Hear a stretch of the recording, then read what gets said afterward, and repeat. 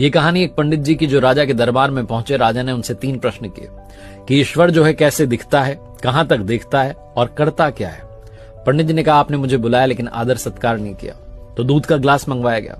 पंडित जी दूध के ग्लास में बार बार उंगली डाल करके दूध को बाहर निकाल करके देख रहे थे। राजा ने पूछा कर क्या रहे हो। पंडित जी ने कहा कि मैंने सुना है दूध में मक्खन होता है। राजा ने कहा ऐसे थोड़ा ना मिलेगा, दूध से दही बनाया जाता है, दही को मथा जाता है, फिर मक्खन मिलता है।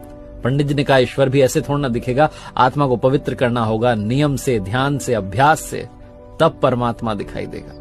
राजा बड़ा प्रसन्न हुआ जवाब से। उसने कहा दूसरे प्रश्न का जवाब दीजिए। पंडित जी ने कहा कि मोमबत्ती मंगाई। एक मोमबत्ती मंगाई गई, उसको जलाया गया।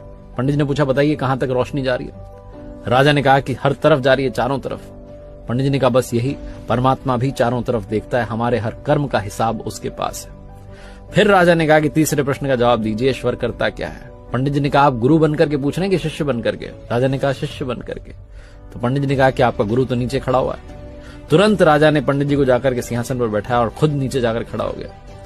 पंडित जी ने कहा आप बतलाने के लिए रह क्या गया है, बस यही तो ईश्वर करता है, पल में राजा को रंक और रंक को राजा बना देता है। बहुत छोटी सी कहानी जिसका सार समझाता है भरोसा बनाए रखिए, प्रभु सब कुछ संभाल लेंगे, वो सब कुछ देख लेंगे, बस आपकी आराधना में, पूजा में, भक्ति में कमी मत होने देना।